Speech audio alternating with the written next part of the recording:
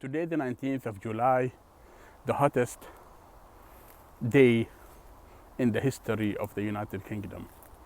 I'm here now. I'm experiencing the change.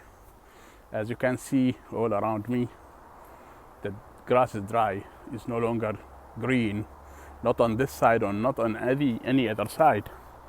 This is the situation right now.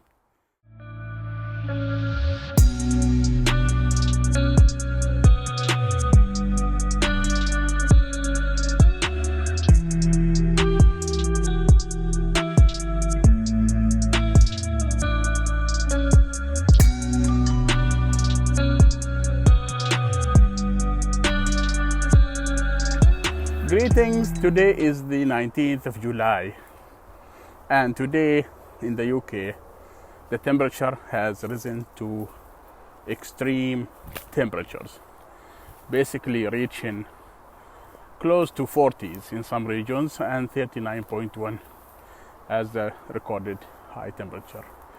This has been accompanied by extreme drought. In the past few weeks there hasn't been much rain, and as you can see, the grass is totally dry, and not only here, in many parts of England.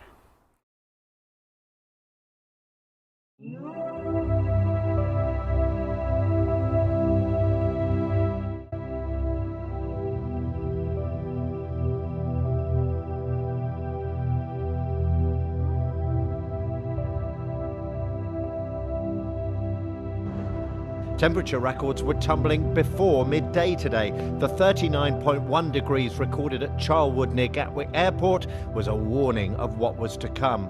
Within an hour, another record had been set at another airport, 40.2 degrees Celsius at Heathrow. By mid-afternoon, we got a new provisional heat record for the UK when Coningsby in Lincolnshire reached 40.3 degrees Celsius. And there was a new provisional record for Scotland too.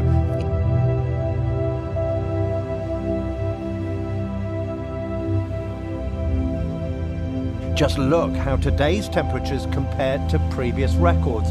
In 1976, it peaked just shy of 36 degrees. It was 27 years before that record was broken. 16 years after that, it hit 38.7 Celsius. Just 3 years later, and we've got today's new record. Who would have thought over 40 degrees in the UK?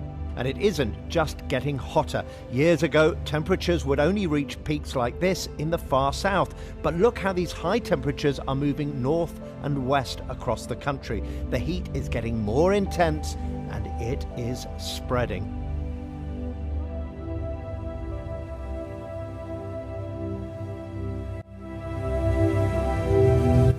This speaks volume about the implications of climate change and what needs to be done to actually study this phenomena, and also discuss how it is going to influence not only our lives in terms of inconvenience of high temperature, but also food supplies, as the temperature is going to be influencing a lot of the crops.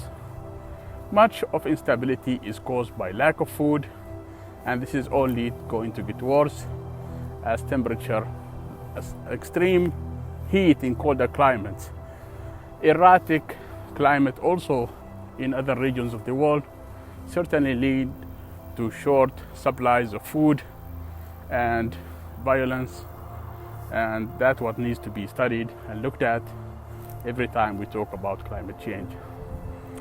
The situation is getting worse, and so solutions are very little. So far, all initiatives have not been very effective in tackling this issue, and many people are not actually believing even in climate change. And so the situation is getting worse. People need to be aware of the implication of the extreme temperature on food supplies and stability and violence in the world. And during this time, as we speak, there are protests in Europe, across Europe, in Italy, in Holland, also in Germany, by farmers and growers. And part of it is on the part of the governments, according to them, to reduce the impact of agriculture and large farmlands and cattle on climate change. So how much of the climate change is going to impact farmers and people across the world? This needs to be looked at, and I think it's very important that we start a dialogue on the impact of climate change on food supply and food security.